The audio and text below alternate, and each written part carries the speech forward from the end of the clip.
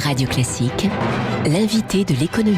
7h20, le patron du laboratoire Ipsen est donc mon invité ce matin. Bonjour Marc de Garidel. Bonjour. Ipsen, deuxième laboratoire pharmaceutique français, fabricant du Smecta, entre autres, près d'1,3 milliard d'euros de chiffre d'affaires l'an dernier pour un résultat opérationnel de 221 millions d'euros en hausse de 5%. Ce sont les chiffres que vous avez publiés ce matin. Ils sont tout frais, tout chauds.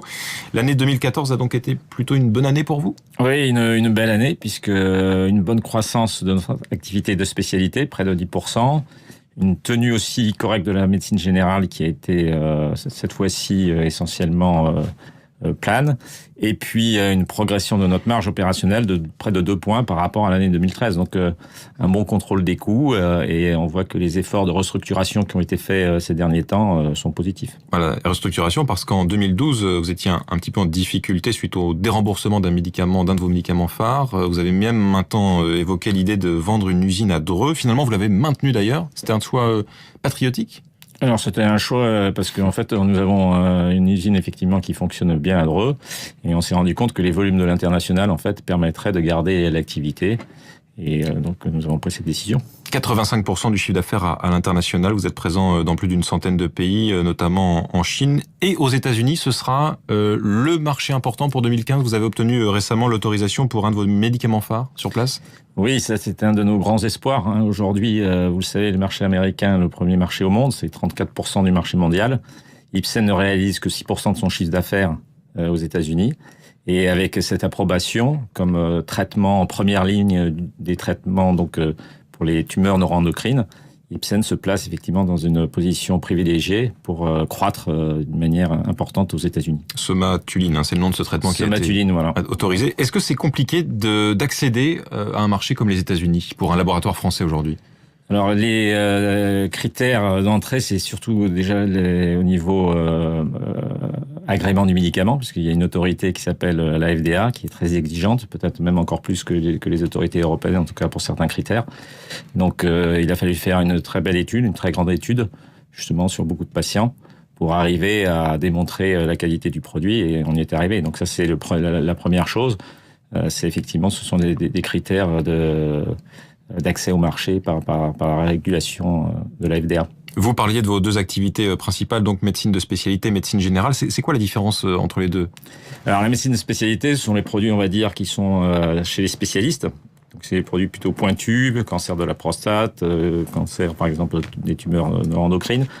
Donc c'est des spécialistes, des gens plutôt à l'hôpital qui prescrivent le médicament. Après vous avez la médecine générale, qui est plutôt la médecine traditionnelle, comme le Smecta, pour les diarrhées, et ça c'est plutôt le généraliste qui le prescrit. Et c'est un marché un peu plus difficile aujourd'hui, notamment en France ? C'est-à-dire qu'en fait, Ipsen a beaucoup eu d'innovation dans le domaine des spécialités sur ces dernières années, un peu moins dans le domaine de la médecine générale. C'est une tendance d'ailleurs qu'on retrouve dans l'ensemble de l'industrie pharmaceutique. On voit qu'il y a beaucoup des nouveaux médicaments vont dans le domaine des spécialités pour être plus précis, plus pointus, donc plus proche en fait des besoins du patient, et les besoins plus généraux sont relativement satisfaits aujourd'hui chez le patient. Alors il y a un gros enjeu sur le marché du médicament aujourd'hui en France. L'État, on le sait, veut contrôler les dépenses de santé et demande des économies à la Sécu. Ça va concerner le médicament à hauteur, je crois, d'1 milliard au total, avec des baisses de prix ciblées qui sont demandées, des économies via le développement des génériques. Ça, c'est un classique désormais. Comment vous adaptez, vous, laboratoire pharmaceutique, à cette pression de l'État sur les prix des médicaments ? Alors cette pression, effectivement, elle est très très forte. Elle est même, on le juge disproportionnée par rapport à ce qu'on représente comme coût. Il faut se souvenir que les médicaments, c'est à peu près 15% des dépenses de santé. Et là, dans les économies qui nous ont été demandées, c'est 50% de l'effort. Donc, nous disons au gouvernement, nous sommes prêts évidemment à contribuer à l'effort national pour rétablir les finances publiques. Et en même temps, il faut préserver aussi notre patrimoine industriel. La France est un des grands pays qui a une belle industrie de santé.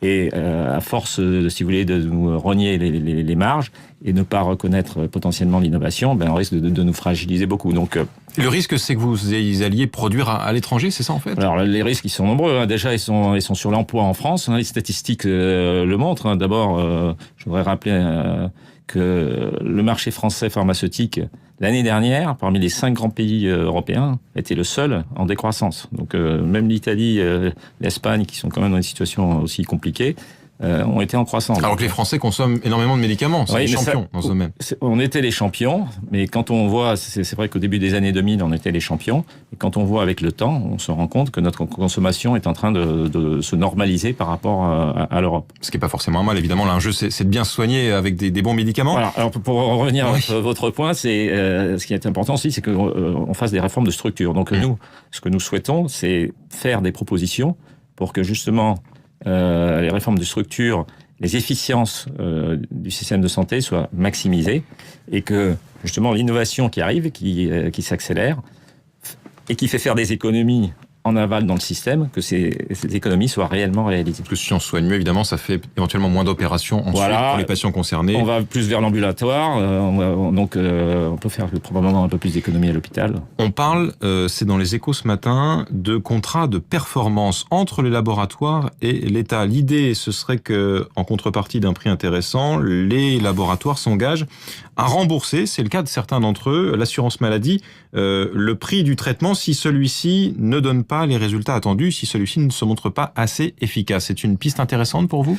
C'est une piste, je crois, intéressante justement en deux sens. La première, c'est qu'il faut continuer à reconnaître l'innovation et à avoir un retour sur investissement pour ceux qui prennent des risques. Sinon, il n'y aura plus d'innovation. Donc ça, je pense que c'est une bonne chose.